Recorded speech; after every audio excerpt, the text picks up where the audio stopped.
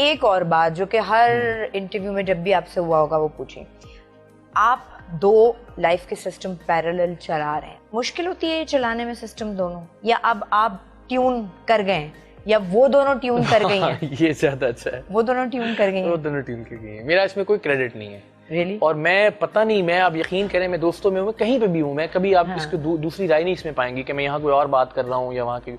अल्लाह ताला का कितना शुक्र करूँ मैं, मुझे नहीं समझ में आता कि उसने कैसे रास्ते सीधे किए।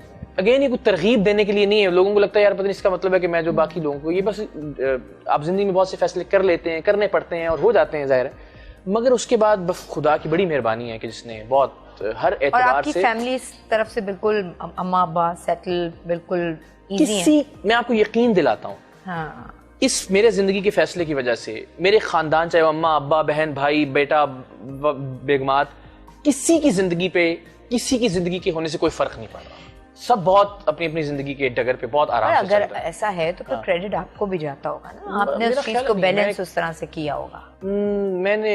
और आई एम श्योर जो आपकी फर्स्ट फैमिली है उसको भी जाता होगा कि दूसरे को स्पेस दिया उसने, है ना, और दूसरी को भी जाता होगा कि वो पहले को सवार, और ये बड़ा कमाल है। ऐसा ही है सबको, लेकिन मुझे कम ज्यादा इसलिए कि मेरा तो, अब देखिए मेरी तो, अभी मैं कल भी बात कर रहा था एनी से कि मैं एक नॉर्मल आदमी नहीं हूँ, तो उसने समझा कि इसका मतलब मैं एक नॉर्मल आदमी हूँ। इसका मतलब ये नहीं है, इसका मतलब ये कि मेरे काम की नौयत और वो सारी चीज़ें बहुत अलग हैं कि मैं अगर सुबह 9 बजे जाऊँ 5 बजे आऊँ तो फिर तो ज़ाहिर है मैं आम जिंदगी गुजारूँ, लेकिन अभी मैं, सच्ची बात है, मैं किसी का भी हक अदा नहीं कर पाता।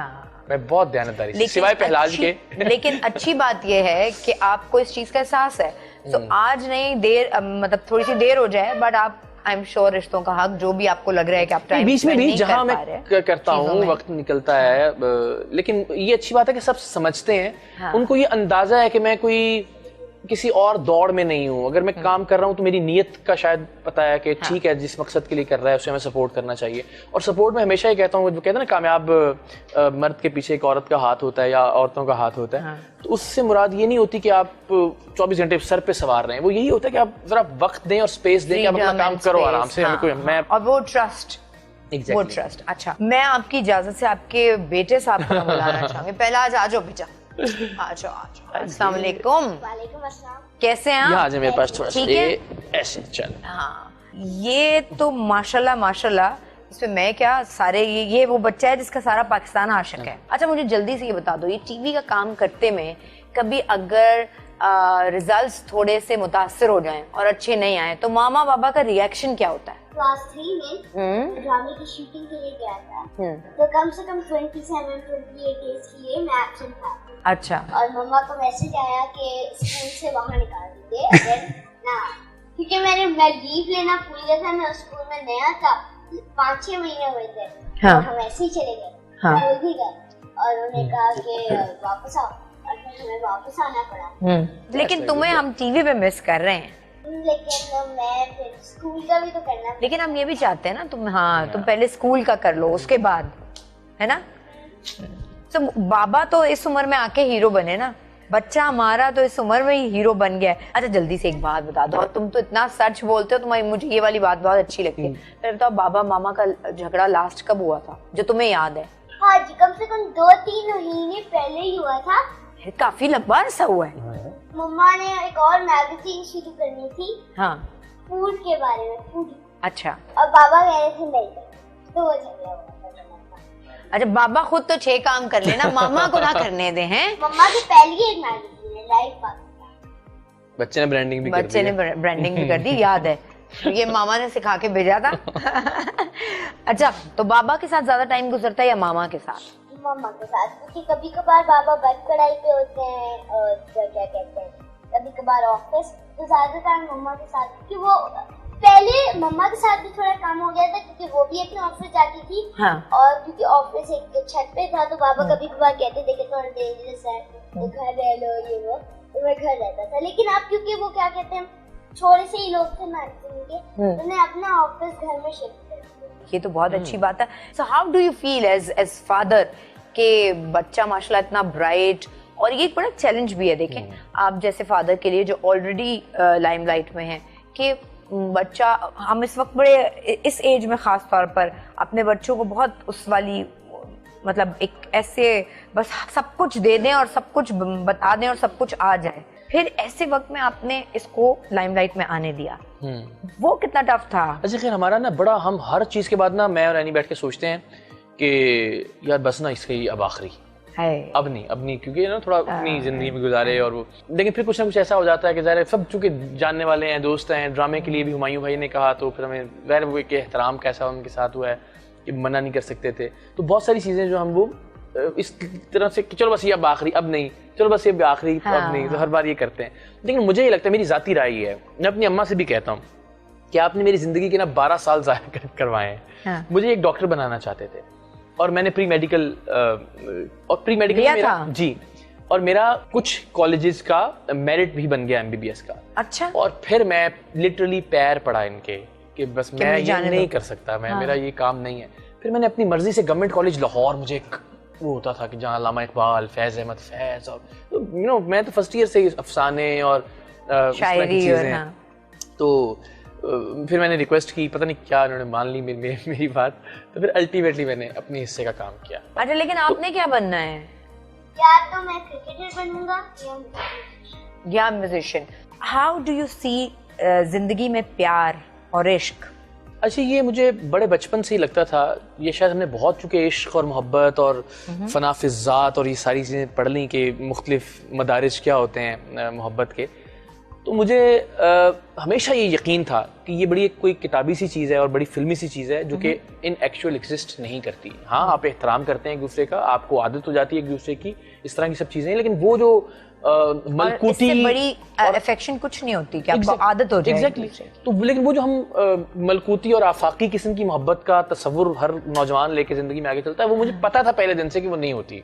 तो मोहब्बत यही है कि आप ख्याल करें, आप दूसरे का एहसास कर रहे हैं, आपको एक दूसरे की आदत है, आप वक्त गुजारना चाहते हैं एक दूसरे के साथ, तो बस ये यहाँ तक है। मोहब्बत एक बार या मोहब्बत बार बार मोहब्बत, अगर यू नो अगेन डेफिनेशन बड़ी अलग अलग है ना हम सबकी मोहब्बत की, तो मोहब्बत आप बेशुमार लोगों से कर सकते हैं, और लेकिन हर एक का अपना मकाम। इकरार एक नाम है, एंड देन अगर आप कभी अपने काम करने की माहौल में या कहीं भी जहाँ आप कहीं जाते हैं और आप किसी खातून से बात करते हैं और वो मतलब अच्छा होता है और बेतकल्लुफी होने की कोशिश होती है, करती हैं वो, अगर तो, या वो लड़कियां हैं ना फैंस होती हैं, तो वो घर वाले कैसे लेते हैं?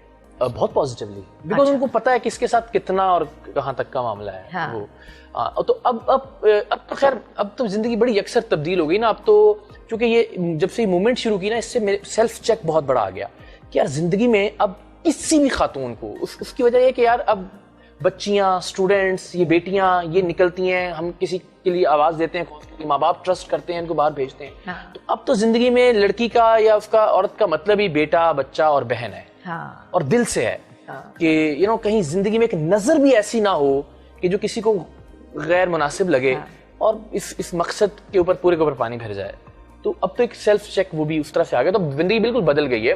लेकिन ये फेज बड़े मजे का होता है लाइफ का, जहां आपको गुजर जाए बेटा, बहन और वो वाली कैफियत आने लगती है। तो आप खुद को बहुत अच्छे लगते हैं, बहुत अच्छे लगते हैं। आपको आपका अपना वकार आपके सामने बहुत बढ़ जाता है, क्योंकि हमारी जो इधर है ना, हमारी तरबियत उन हाथों और उस तरह से हुई है कि वो हम उस माहौल के लोग। Exactly. Thank you so much, आपका शुक्रिया। बहुत अच्छा लगा। अजीबोगरीब हो लेकिन दिल की बात नहीं आपने। पहले मुझे ये बता दें कि ये मेरा बड़ा ख्वाहिश थी आपके प्रोग्राम्स देख देख के, ये सरेआम देख देख के, कि इस बंदे को मैंने कहीं पकड़ना है, पूछना है कि ये कब से तकरीर कर रहे हैं। अच्छा, मेरे इससे पहले कि आपके सवाल के जवाब दूं, बहुत शुक्रिया मौका देने के लिए। एक पता नहीं आपको याद होगा या नहीं, ये मेरे लिए मेरे करियर का आपके साथ बैठकर इस तरह से इंटरव्यू देना एक बड़ा अहम संग मील है। और वो इस तरह से कि पहली जिस मशहूर शख्सियत ने मेरा हौसला बढ़ाया था वो आप थी। आपको आई एम श्योर कि आप शायद ध्यान में भी नहीं होगा, आप दुबई आई थी जी। हाँ। आप दुबई आई थी और हम तब न्यूज एंकरिंग किया करते थे, मैं और वसीम बादामी। और आपने न्यूज एंकरिंग वहां से हो रही थी। एग्जैक्टली। और आपने तब आप मॉर्निंग शो है डॉक्टर शाइस्ता, तो हमारे लिए बहुत अभी भी है और उस वक्त भी बहुत काबिल एहतराम थी। आपने पहली बार कहा था कि तुम बहुत अच्छा कर रहे हो, तुम दोनों लोग काम, और हमें लगा था कि यार वाह, अब जो है ना वो मतलब जान आई है काम। क्या बात है, कभी कभी तो मेरे लिए बड़े एहसास की बात है आपके थोड़ी सी इस तरह की बात जो है Exactly. वो आपको याद भी नहीं, और ये रहती, आपसे वो हमने किसी सीखा कि दूसरे फिर किस तरह से बाकी जो आपके बाद आने वाले लोग होते हैं, आपने किस तरह से उनको हाथ पकड़ के लेके चलना होता है या उनका हौसला बढ़ाना होता है। उस मूवमेंट के लिए शुक्रिया। चले, बहुत बहुत शुक्रिया, और इस मूवमेंट के लिए शुक्रिया कि आज वैसे ये बटकराही का आइडिया खुद बहुत शौकीन है खाने के या अच्छी कढ़ाई को मिस करते थे? नहीं, देखिए मुझे लगता है कि कराची की बहुत सारी कढ़ाइयाँ बहुत अच्छी हैं, लेकिन वो एक चीज थी जिसको मैं मिस करता था कि वो और डिफरेंट रेसिपी ऑल टुगेदर। यानी 7 दिन बाद 10 दिन बाद मेरा लाहौर जाना होता है किसी ना किसी रिकॉर्डिंग के लिए, किसी इवेंट के लिए, किसी और काम के लिए, तो ये हो नहीं सकता कि कम से कम एक डिनर वहां पे लक्ष्मी चौक में ना हो। तो ज़ाहिर उसको मैं मिस करता था इनिशियली। आप यकीन करें, कोई यकीन नहीं करेगा इस बात पे, मेरा ये ख्याल था कि ये कढ़ाई अगर आ जाए ना तो उससे मिनिमम या मैक्सिमम ये होगा कि मुझे और मेरे दोस्तों को खाने को मिल जाएगी यहाँ पे, बस। इससे ज्यादा कुछ और प्लान में नहीं था। तो अल्टीमेटली अब आ गई है कराची में माशाल्लाह। ये तो बहुत हमारे लिए तो बड़ी अच्छी बात है जो खाते पीते लोग हैं। अब जो खाते पीते नहीं है वो अगर ये कह रहे हैं कि मैं खाने पीने का शौकीन हूँ, आप देखें यहाँ पे तकरीबन वो सब लोग आए, फहद मुस्तफा डाइट के पागलपन के हद तक कॉन्शियस हैं। उस दिन हुमायूं सईद साहब की तस्वीर बड़ी वायरल हुई, कढ़ाई खा रहे थे वाली बट कढ़ाई, और वो उसके साथ कांटे के साथ रोटी के अलावा ज़ाहिर कार्ब्स बचा रहे थे। महविश हयात आई, अली जफर खा के गए, तो वो सारे लोग हैं जो बहुत डाइट कॉन्शियस हैं, लेकिन ज़ाहिर उसका टेस्ट ऐसा कि आप रेजिस्ट नहीं कर सकते। फिर मैनेज भी कर लेते हैं थोड़ा बहुत, फिर आपको पता होता है कल इतना भाग लूंगा, क्या आपको बर्न कैसे करना है। ये तो है। राइट।